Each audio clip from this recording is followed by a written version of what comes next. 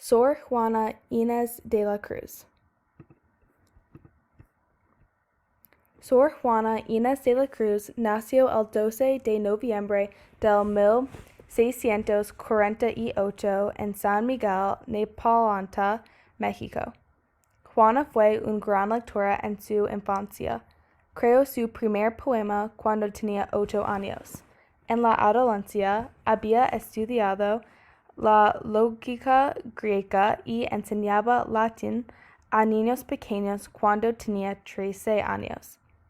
También aprendido náhuatl, un idioma azteca hablado en el centro de México, y escribió poemas cortos en este idioma.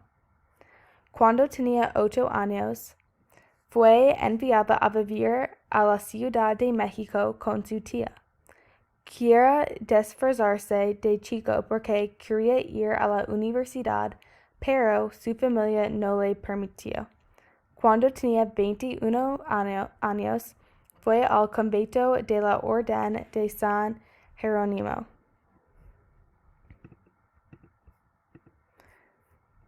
Tenía mucho tiempo para estudiar y escribir en el convento. Fue escritora y defensora de los derechos de las mujeres. Escribió sonetas y romances, obras dramáticas, cómicas y academias. Leyó todo el tiempo y escribió obras de teatro y poemas que desviaban los valores sociales y se convierten en la primera feminista publicada del Nuevo Mundo. Una persona criticó a Juana por sus comentarios y por la falta de contenido religioso serio en sus poemas. La respuesta de Juana al crítico, la ahora famosa respuesta sobre filosofía, es conocida como el primer manifiesto feminista que defiende el derecho de una mujer a la educación. Su famoso poema Hombres necios acusa a los hombres de comportarse criticando a las mujeres.